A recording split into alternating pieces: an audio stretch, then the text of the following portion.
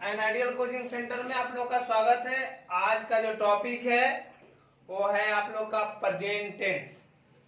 Present tense का जो है ना, आप लोग को भेद बता चुके थे कि 4 प्रकार के होता है।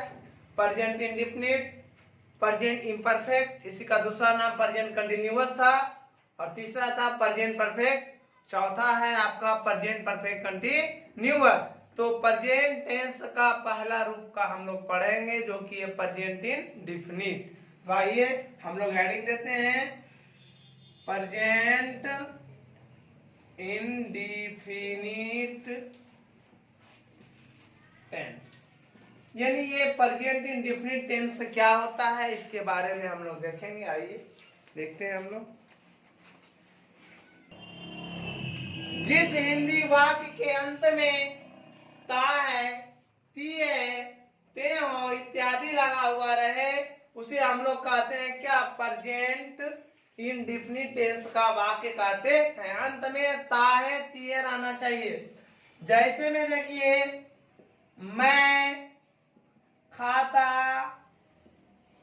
हूं, आप लोग पटना जाते है। देखिए अंत में ता हूं, ते है ना, तो हम लोग समझ जाएंगे कि प्रेजेंट इंडेफिनिट टेंस का वाक्य है। जब हम लोग प्रेजेंट इंडेफिनिट टेंस का वाक्य जब समझ जाएंगे तो इसको बनाएंगे कैसे?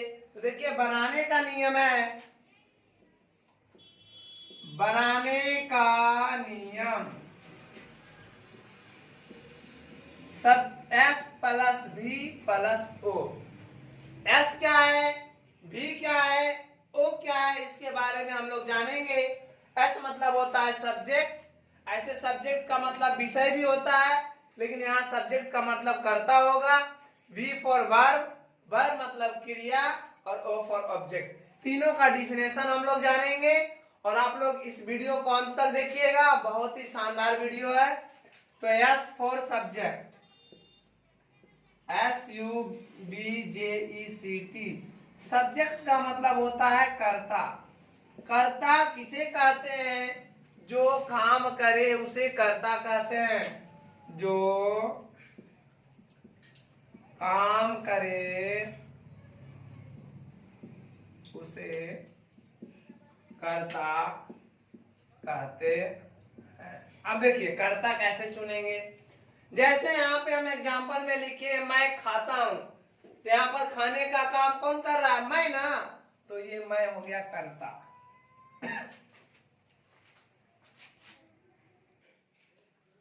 तो देखिए यहाँ पे कौन सा काम कर रहा है? मैं कर रहा है। खाने का काम कौन? मैं ना, तो ये हो जाएगा सब्जेक्ट। आप लोग पढ़ना जाते हैं, जाने का काम कौन कर रहा है? आप लोग, तो यहाँ पर ये कर्ता हो जाएगा।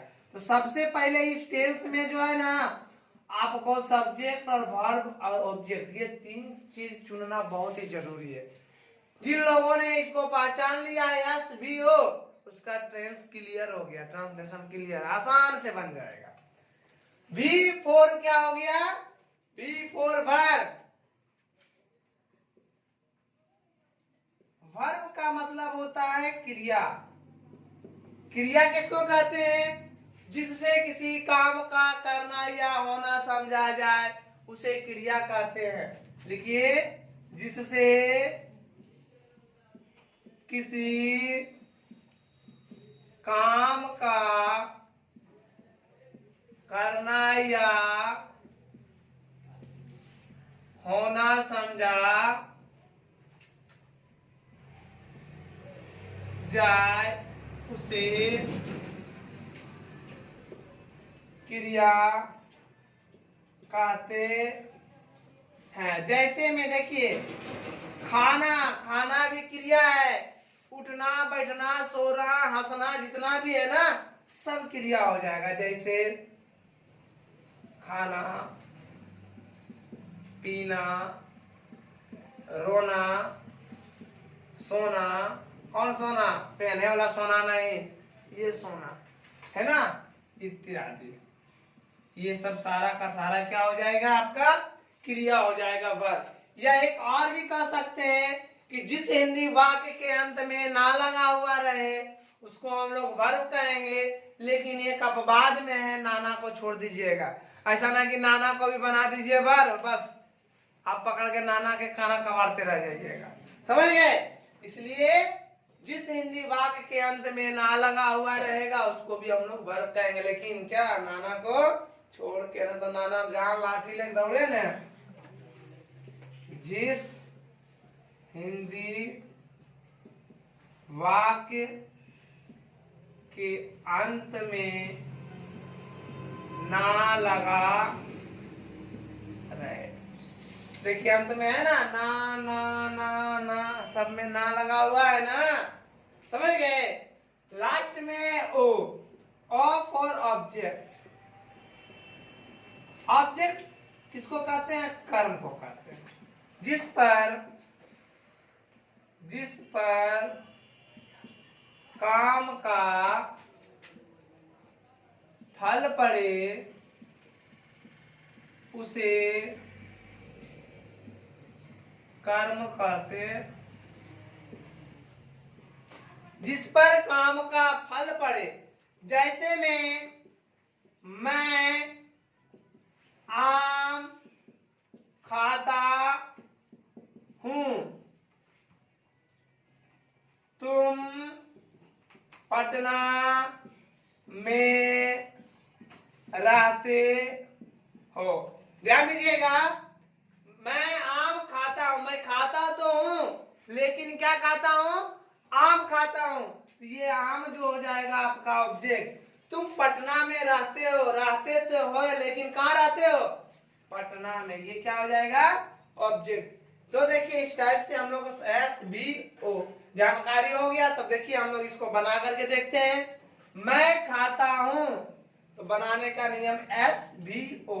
तब मैं हो जाएगा सब्जेक्ट और खाना हो जाएगा क्या? वर्ब। लेकिन क्या खाते मालूम नहीं है, तो नहीं मालूम है तो उससे कोई दिक्कत नहीं है।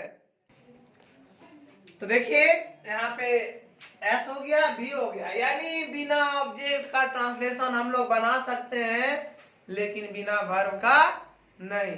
तो देखिए हो जाएगा आई, सब्जेक्ट लगा दिए, फिर वर्ब। वर्ब खाता का होता है इट, तो आई इट, बस बन गया। इतना सिंपल सा है।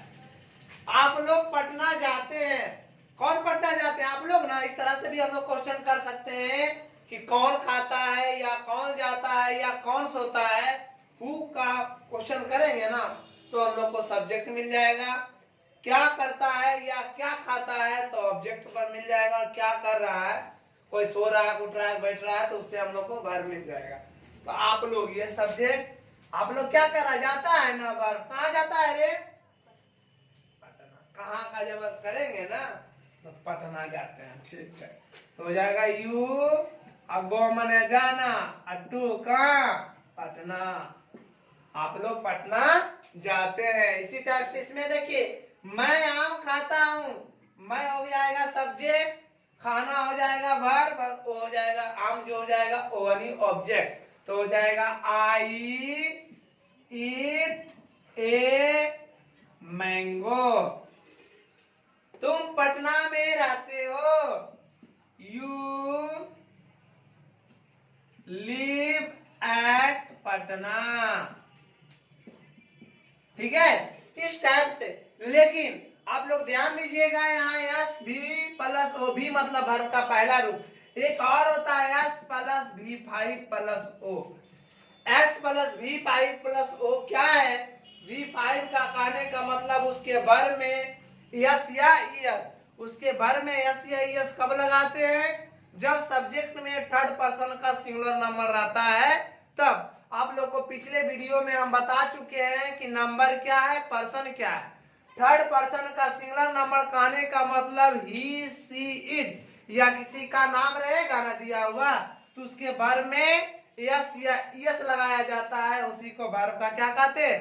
पांचवा रूप। वर्ब के 5 रूप होते हैं, V1 V2 V3 V4 V5। V1 simple रूप, V2 में आपको V1 और V2 और V3 याद रखना पड़ेगा। V4 का मतलब ING और V5 का मतलब उसके वर्ब में यस या ईएस। अब बात रह गया कि यस कब लगेगा, यस कब लगेगा।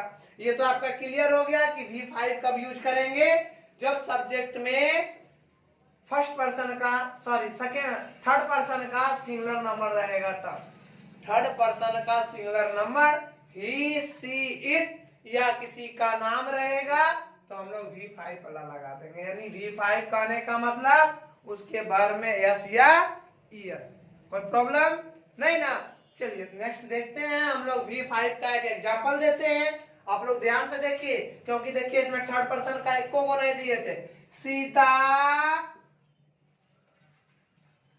नाचती है ना। सीता जो है थर्ड पर्सन के सिंगुलर नंबर है तो उसमें फॉर्मूला लगेगा S plus V5 plus O। तो V5 कोई ज्यादा हार्ड नहीं है, थोड़ा सा। सीता है ना, ये सब्जेक्ट हो जाएगा, नाचना वर्ब हो जाएगा। कहाँ नाचती है ये मालूम नहीं है तो लिखेंगे सीता, पहले जैसे बनाए थे डांस DANC, तो उसमें क्या लगा देंगे, S लगा देंगे। आपको बोले थे यस या ईएस। जब वोवेल रहेगा तो ईएस, कॉन्सोनेंट रहेगा तो सिर्फ एस। यहाँ पर देखिए DANCE होता है, डांस होता है ना। तो ई क्या है, आपका वोवेल है। तो आप कहिएगा सर अभी तो आप बोले कि वोवेल रहेगा ईएस लगाएंगे, लेकिन ये पहले से ई लगल था तो दुद्दू को एक जगह वोवेल नहीं ना लगाएंगे, तो ई सिर्फ क्या लगा देंगे, एस। यही सिर्फ आ जाता आपका, जैसे मैं नहीं, थर्ड पर्सन का सिंगुलर नंबर लिखिए, Ram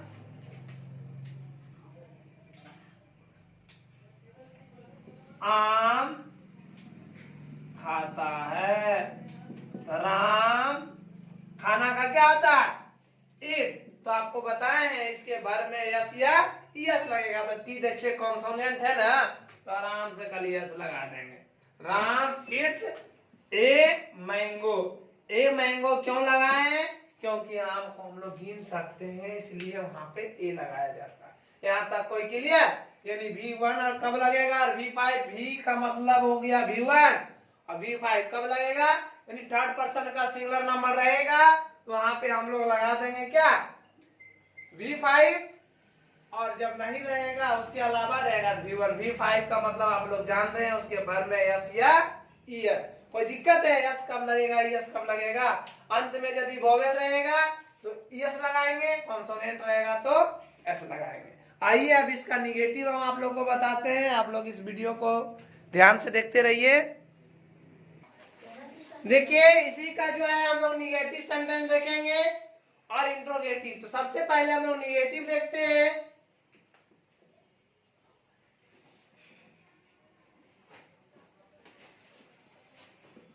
negative sentences. Negative sentences कहने का मतलब होता है नकारात्मक वाक्य, जिसका जवाब हम सिर्फ जो भी मिलेगा खाली नहीं नहीं मिलेगा। मैं नहीं खाता हूं, मैं नहीं पीता हूं, मैं नहीं सोता हूं, सिर्फ नहीं रहेगा, समझ जाएंगे क्या है निगेटिव सेंटेंस। देखिए एक एग्जांपल देते हैं। मैं रोटी नहीं खाता हूं, सीता पटना नहीं जाती है। देखिए नहीं है कि नहीं, तो समझ जाएंगे। अंत में तो ताऊ ते ही रहवे करेगा, लेकिन उसमें क्या रहेगा, नहीं दिया हुआ रहेगा ना, तो हम लोग समझ जाएंगे क्या है निगेटिव सेंटेंस, यानी नकारात्मक वाक्य है। तो इसको कैसे बनाएंगे, आप लोग ध्यान दीजिएगा। इसका बनाने का नियम जो होता है, बनाने का नियम S प्लस डू या does plus not plus verb plus object. अब देखिए S जान रहे थे, V भी जान रहे थे, O भी जान रहे थे, एक नया चीज आया है डू और क्या, डू या डज। या तो डू लगेगा या तो डज लगेगा, नोट तो खैर लगाना ही लगाना है। तो सबसे पहले हम लोग लिखेंगे डज का प्रयोग, यानी यूज ऑफ डज। डज का प्रयोग कहाँ करेंगे? तो जिसमें हम लोग यस या यस नहीं लगाते थे उसमें डज का प्रयोग करेंगे, बाकी के साथ डू का प्रयोग। तो लिखेंगे यहाँ पे थर्ड पर्सन के, थर्ड पर्सन पर्सनल लिख दिए थे, थर्ड पर्सन के सिंगुलर नंबर के साथ डज का प्रयोग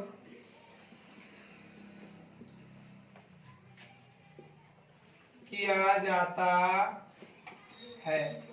अब देखिए थर्ड पर्सन का सिंगुलर नंबर क्या है, हम ब्रैकेट में लिख देते हैं ई सी इट या किसी का नाम, एनी नेम, किसी का नाम में राम श्याम जो भी आ जाएगा आपका, एनीबॉडी, तो हम लोग क्या लगा देंगे, थर्ड पर्सन का सिंगुलर नंबर रहेगा तो डज लगा देंगे। अगला पॉइंट है डू का प्रयोग। डू का प्रयोग कहने का मतलब इसके अलावा जितना भी मिलेगा, यानी कहने का मतलब फर्स्ट पर्सन के सिंगुलर और प्लूरल दोनों, सेकेंड पर्सन के सिंगुलर प्लूरल दोनों तथा थर्ड पर्सन के प्लूरल नंबर के साथ डू का प्रयोग किया जाता है। देखिए बउआ, यानी थर्ड पर्सन के सिंगुलर नंबर के अलावा जो भी मिलेगा उसमें हम लोग क्या का प्रयोग करेंगे, डू का प्रयोग करेंगे, और थर्ड पर्सन का सिंगुलर नंबर रहेगा तो किसका प्रयोग करेंगे, डज का प्रयोग करेंगे। अब देखिए इसमें फर्स्ट पर्सन का आई वी यू दे ईटीसी जो भी मिलेगा ये आपका हो जाएगा, ये सब फर्स्ट पर्सन का सिंगुलर प्लूरल दोनों, सेकंड पर्सन का सिंगुलर प्लूरल दोनों और थर्ड पर्सन का प्लूरल नंबर। तो इसमें डज का प्रयोग और इसमें डू का प्रयोग। तो आप उम्मीद करते हैं कि आप लोगों को दिक्कत ना होना चाहिए कि डू किस में लगाएंगे और डज किस में लगाएंगे। तो देखिए मैं रोटी नहीं खाता हूं बनाने का नियम है ना, तो ये सब्जेक्ट हो जाएगा, खाना ये वर्ब और रोटी ऑब्जेक्ट, ये तो नोट है। तो आप लोग बताइए आई के साथ क्या लगाएंगे, डू की डज? डू लगाएंगे, आई के साथ डू, तो आई डू, उसके बाद क्या लगेगा, नोट। ये ऑब्लिंग दिया हुआ है, या तो डू लगाएंगे या तो डज। ऐसा ना कि बहुत लोग से पूछते हैं तो कहेगा subject plus do plus does, नहीं प्लस में दोनों आ जाता है ना।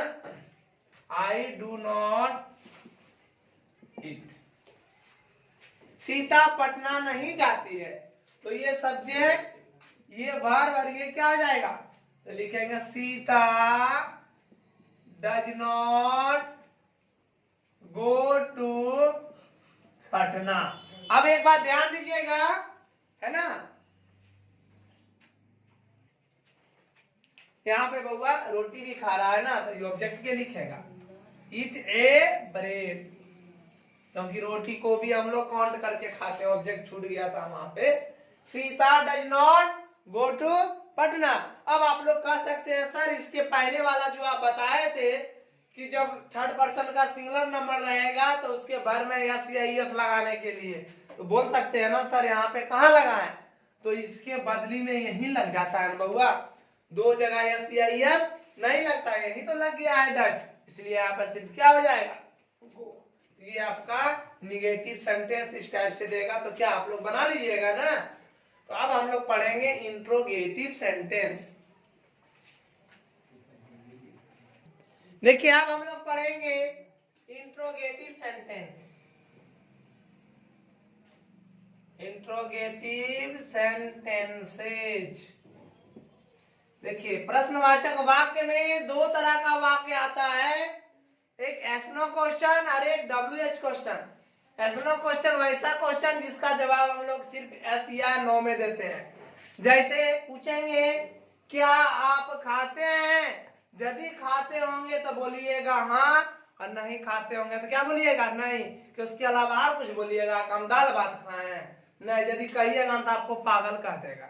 जितना पूछा जा रहा है उतने ना बोलिएगा, सिर्फ पूछा जा रहा है कि क्या आप पढ़ रहे हैं, यदि पढ़ते होंगे तो हाँ, और नहीं पढ़ते होंगे तो नहीं, कि आपको जवाब देना पड़ जाएगा कि मैथ पढ़ रहे हैं कि इंग्लिश पढ़ रहे हैं, नहीं वैसा नहीं। तो ये आपका यस नो में पहले हम लोग देखेंगे yes no, yes no question वैसा क्वेश्चन जिसका जवाब यस या नो में दिया जाता है उसको हम लोग एस नो क्वेश्चन कहते हैं। जैसे एग्जांपल देखिए, क्या आप पटना जाते हैं, और इसमें प्रश्नवाचक जरूर दीजिएगा, ठीक है ना। क्या सोहन किताब पढ़ता है, ये सब जब रहेगा ना तो देखिए इसका बनाने का नियम होता है, बनाने का नियम डू या डज को पहले लिखेंगे, फिर सब्जेक्ट प्लस वर्ब प्लस क्या, या इसमें आपको आ सकता था क्या आप नहीं पटना जाते हैं, क्या आप पटना नहीं जाते हैं, तो क्या सब्जेक्ट के बाद नोट लगा देंगे। हर हमेशा याद रखिएगा जब भी नोट लगता है तो सब्जेक्ट के बाद ही लगता है। तो इसको देखिए हम लोग बनाते हैं, क्या आप पटना जाते हैं, तो क्या है ना लगा हुआ, तो डू डज किसके अनुसार लगाएंगे, उसके सब्जेक्ट के अनुसार। यू का इंग्लिश होता है, आपका इंग्लिश होता है ना यू, यू के साथ क्या लगता है डू लगता है, तो लिखेंगे यहाँ पर डू यू कहाँ गो टू पटना, और इसमें प्रश्नवाचक जरूर देंगे। प्रश्नवाचक यदि नहीं दीजिएगा ना इंट्रोगेटिव मार्क तो आपका नंबर कट जाएगा। क्या सोहन किताब पढ़ता है, सोहन नाम है ना किसी का, तो आपको बताए थे किसी का नाम रहेगा तो क्या लगाएंगे डज लगाएंगे, तो लिखेंगे डज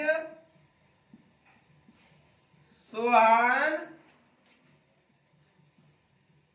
रीड ए बुक। बात आ गया समझ में, ये आपका एस नो था। अब एक आता है WH, तो आइए हम लोग देखते हैं WH किस तरह का होता है। ध्यान से आप लोग इस वीडियो के साथ बने रहें। देखिए WH क्या है, ध्यान दीजिएगा। जैसे आपका आ जाएगा राजीव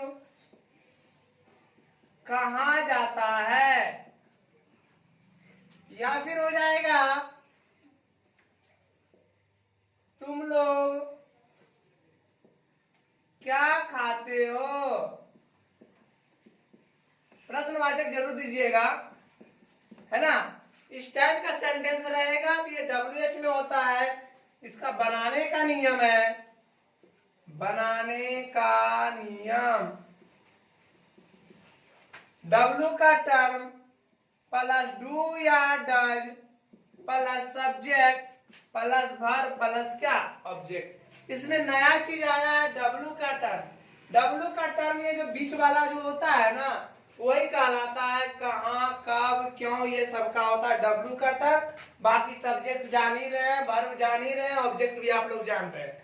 तो देखिए बीच वाला जैसे कहाँ क्यों ये सब का मीनिंग जरा सा जान लीजिए। वाई मतलब क्यों, व्हाट मतलब क्या, वेयर मतलब कहाँ, वेन मतलब कब, हूँ मतलब किने, हाउ मतलब कैसे, विच मतलब किसे, ETC और सारा होता है ना। ये जनरली ये सब जो ज्यादा यूज होता है वो आप लोग को लिख दिए हैं। तो देखिए यहाँ पे हम लोग बनाएंगे राजीव कहाँ जाता है। देखिए ये W का टर्म हो जाएगा और ये आपका सब्जेक्ट और ये वर्ब, इसमें ऑब्जेक्ट नहीं मिलेगा, समझ गए ना। तो राजीव तो पहले डब्लू का टर्म में क्या है, कहाँ, कहाँ का क्या होता है, वेयर, तो लिखेंगे वेयर। और राजीव है ना, तो राजीव के साथ क्या लगेगा, डज लगेगा, तो वेयर डज राजीव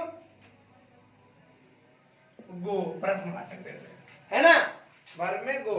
तुम लोग क्या खाते हो, तो क्या का इंग्लिश क्या होता है, व्हाट ना, तो लिखेंगे व्हाट।